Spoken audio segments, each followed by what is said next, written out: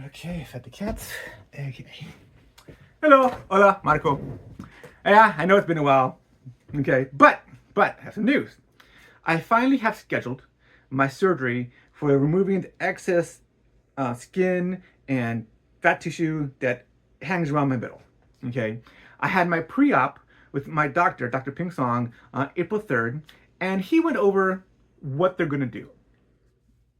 They're gonna gut me like a fish. They're gonna gut me like a fish. They're gonna cut from sternum to waist, hip to hip. They're gonna okay, okay. I'm going a little fast. Let me back up. I took some notes, and I had to rewrite the notes because my handwriting sucks. So we don't have some notes. Okay. What they're gonna do is called a panniculectomy. Okay. Now, what is that? That is reconstructive surgery as opposed to cosmetic surgery that removes a large, that large overhanging apron, or otherwise known as the pannus, that comes from having lost so much weight. And what is it? I say it's reconstructive surgery as opposed to cosmetic surgery because it matters as far as insurance is concerned. Okay, so the panniculectomy, I'm not sure I'm saying that right, hopefully I am, is something that the doctor can get insurance to cover because it'll help improve hygiene, mobility, comfort, and it improves quality of life. Like I sometimes get these sore spots because my skin kind of rubs, right? So he can get insurance to pay for it. I spoke with insurance, I want to say technician, but that's not right, the insurance agent, and she said, the doctor took pictures of me and she'll send that into the insurance company, and she felt very confident that they would indeed, pay for it. I looked at my insurance information, and it looks like they'll pay for it. I haven't had to actually call them just yet or anything, and I'm working with the insurance agent at the hospital, and she will come back to me if there's some kind of issue. But so far, it looks like they're willing to pay for it.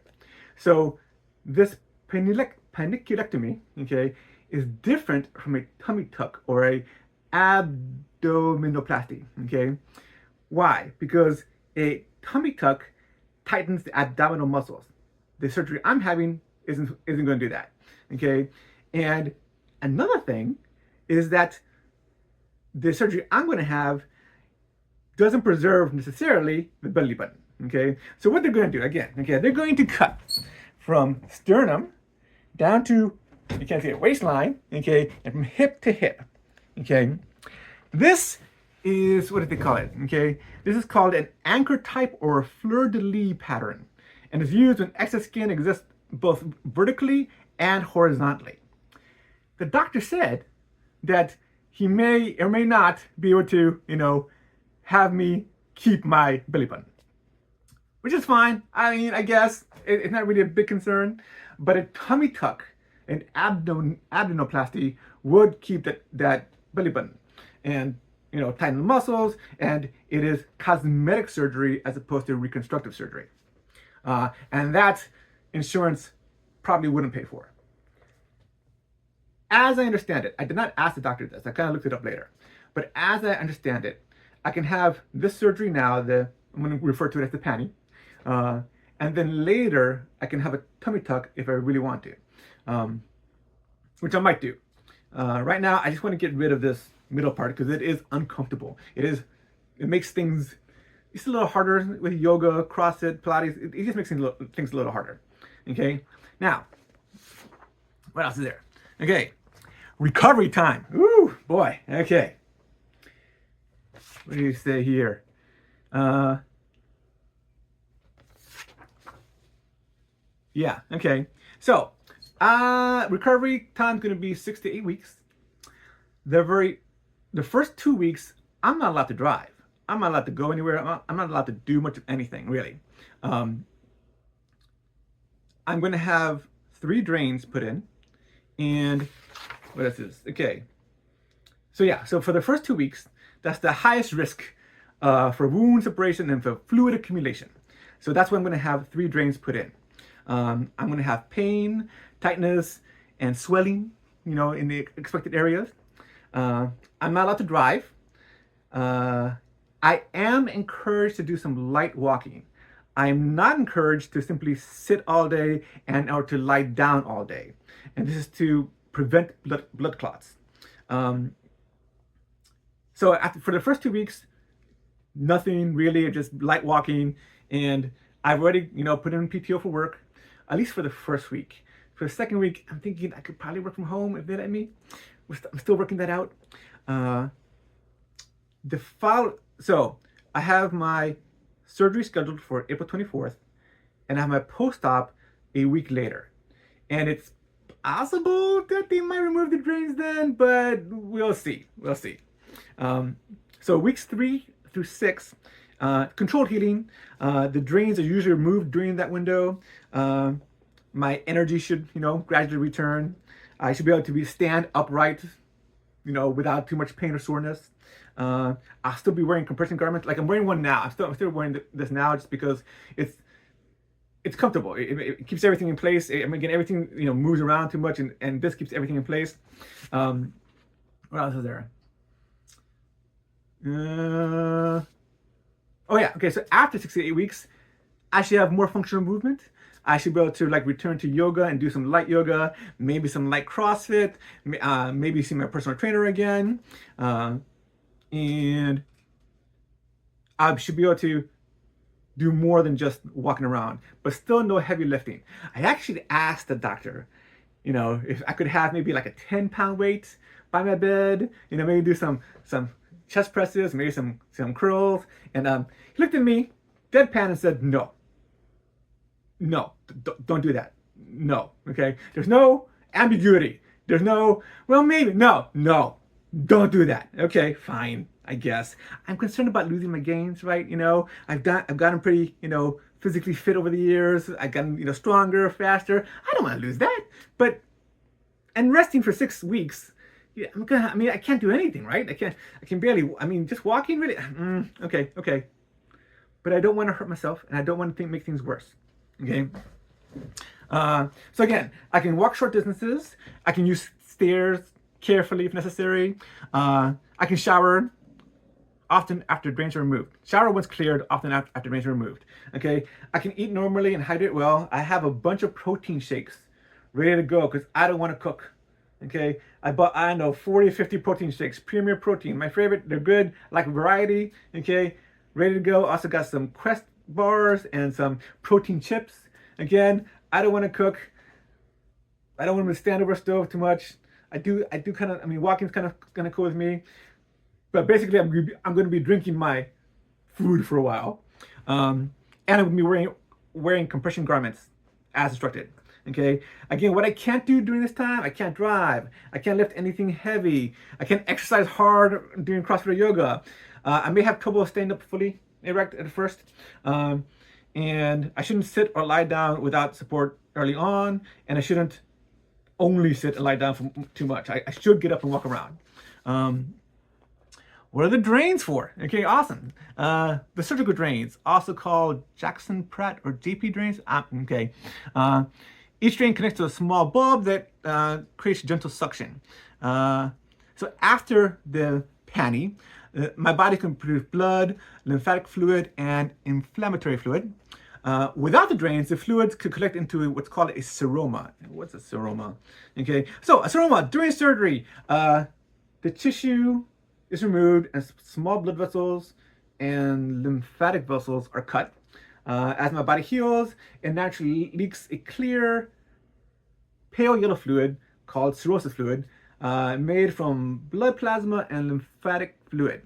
So a seroma forms when that fluid collects in the empty space left behind by surgery instead of being absorbed right away.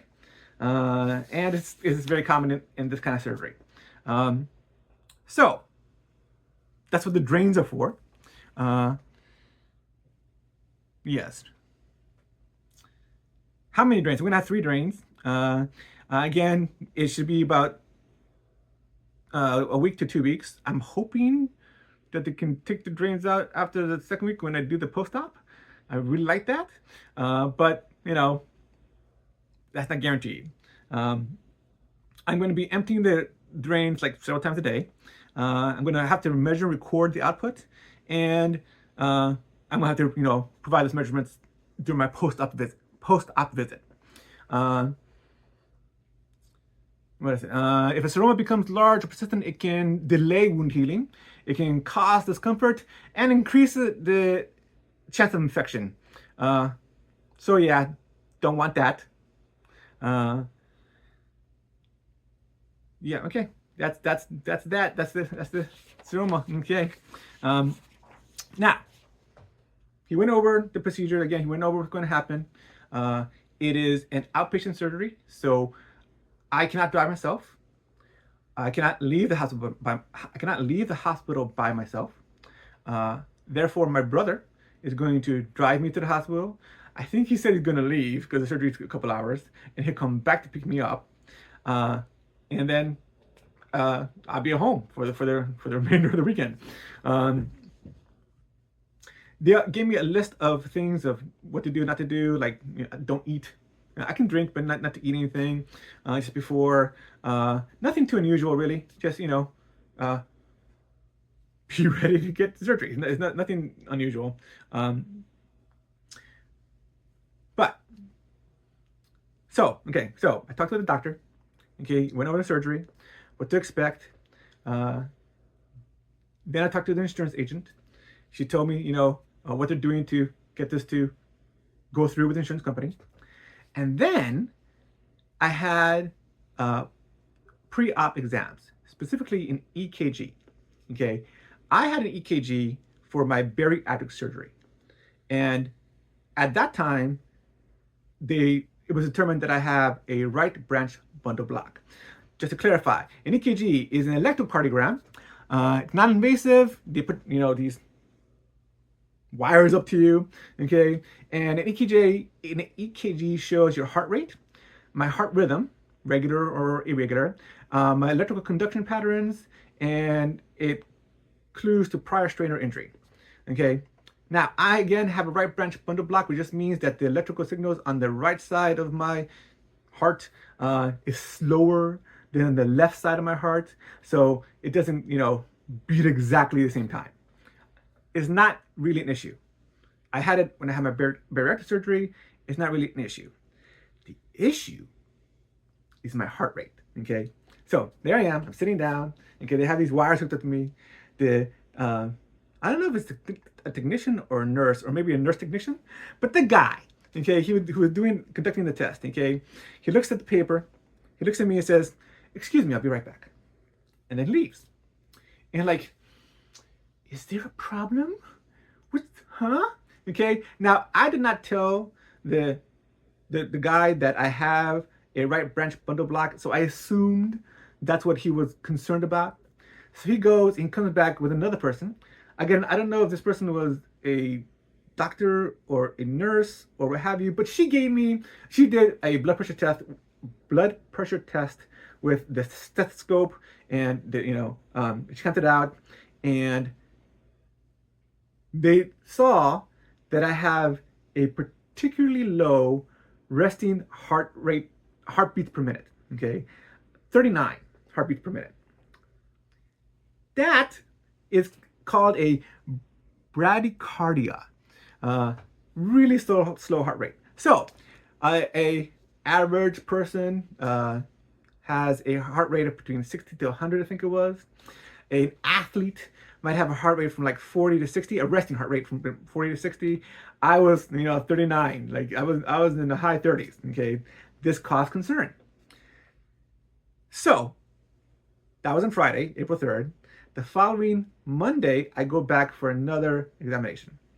Okay, and this time I meet with I can't pronounce his last name, but his first name is Dan. So I'm going to say Dr. Dan. Okay, and I explained to him the situation. I lost all this weight. I'm having this surgery. I got the EKG, and my heart rate's kind of low. Okay, and he pointed out some concerns. The main thing, as far as I'm concerned, is that one of the reasons for the EKG is for the anesthesiologist to understand what anesthesia to use during the surgery. and you don't want your heart rate to go too low. And if you already have a low heart rate, well, that could be something of an issue. Okay, so Dr. Dan, he starts explaining, some of this situations, some of the scenarios, and he asked me a bunch of questions. Do I feel dizzy normally? Do I feel fatigued normally? Do I have any kind of shortness of breath? And I don't. In my normal everyday life, I feel great. I feel fine. Okay, I don't feel particularly fatigued. I don't feel particularly dizzy. Now, yes, sometimes I'm not particularly good about hydrating myself, and sometimes I'm not particularly good about getting good sleep.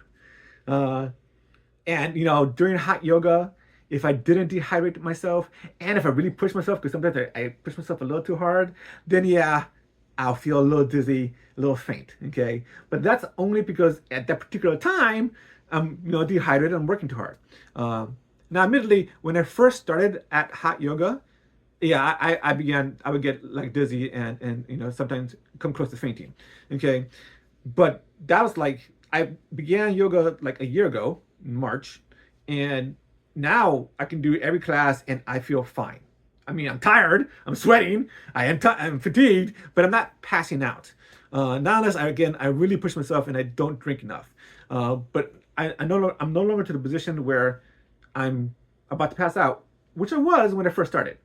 So, but again, in my everyday life, I feel fine. I don't feel dizzy. I don't have a shortness of breath.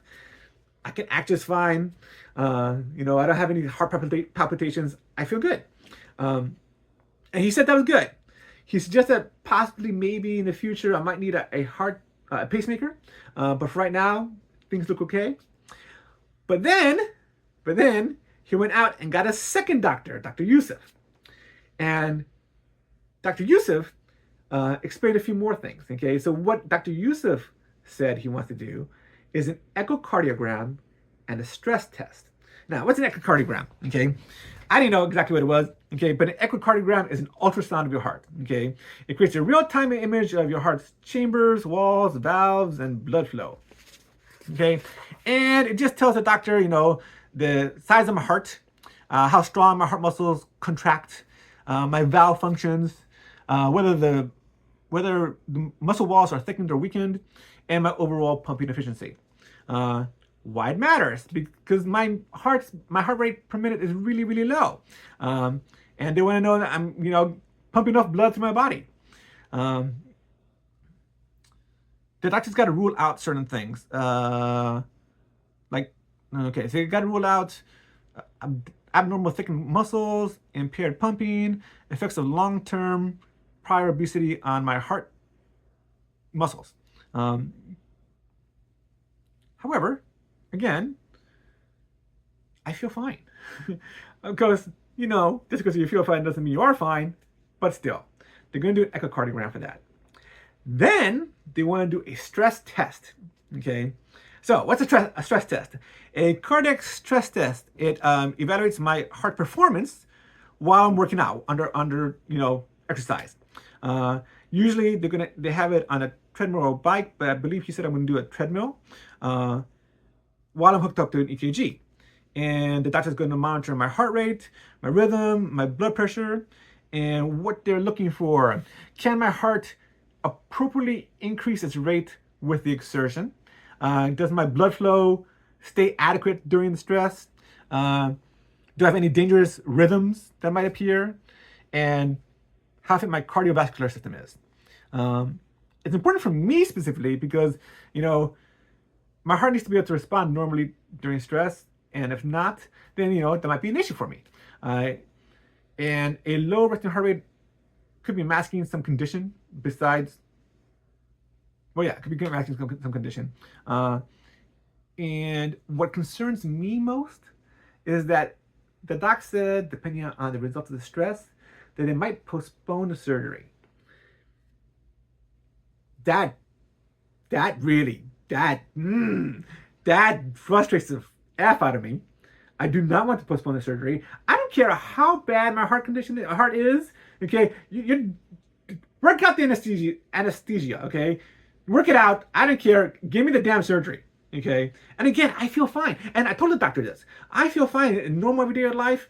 I feel good. You know, I'm not fatigued. I'm not fainting. I feel fine. Okay. And the doctor said, that's good. Those are good signs. You know, if I'm not feeling any particular symptoms in the regular course of my day, that's great. But they still want to check me out. They still, and I understand. It's smart. I understand we gotta do. We should do it. Okay, fine. So I have the echocardiogram and the stress test set for this upcoming Friday, April 17th. I expect everything should go fine. Okay. Because again, I feel fine. I better do fine because I'm not. That's annoying. That's really annoying. Okay. But again, I'm undergoing major surgery with anesthesia, and it's important that they figure out what's going on. What else is there? Yeah. So, considering the exercise I do now, and I do a fair amount of exercise. I almost always go to CrossFit.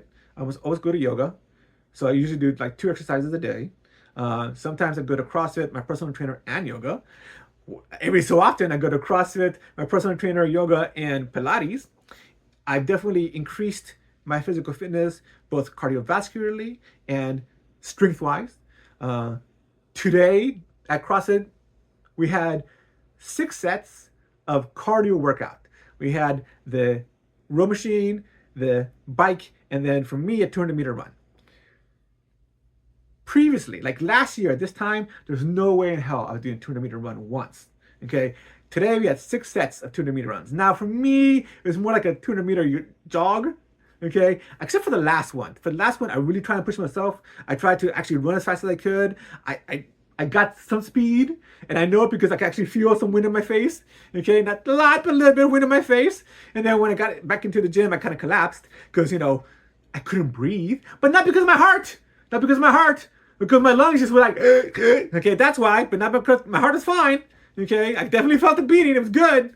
Okay, but I wasn't able to do this last year. My personal trainer tells me that I'm an athlete now, which is kind of still hard for me to wrap my head around. I don't really see myself as an athlete, but I've definitely improved. And so I feel that the numbers reflect the fact that I've lost 350 pounds and that I've increased my overall physical fitness. And again, I don't have any symptoms other than that throughout the day. Okay. So I'm hopeful everything should go fine. And then the 24th, my surgery. Oh, wow. Okay. So yeah, that's where I am now. And I will keep you updated. Until then, wish me luck and have a good one.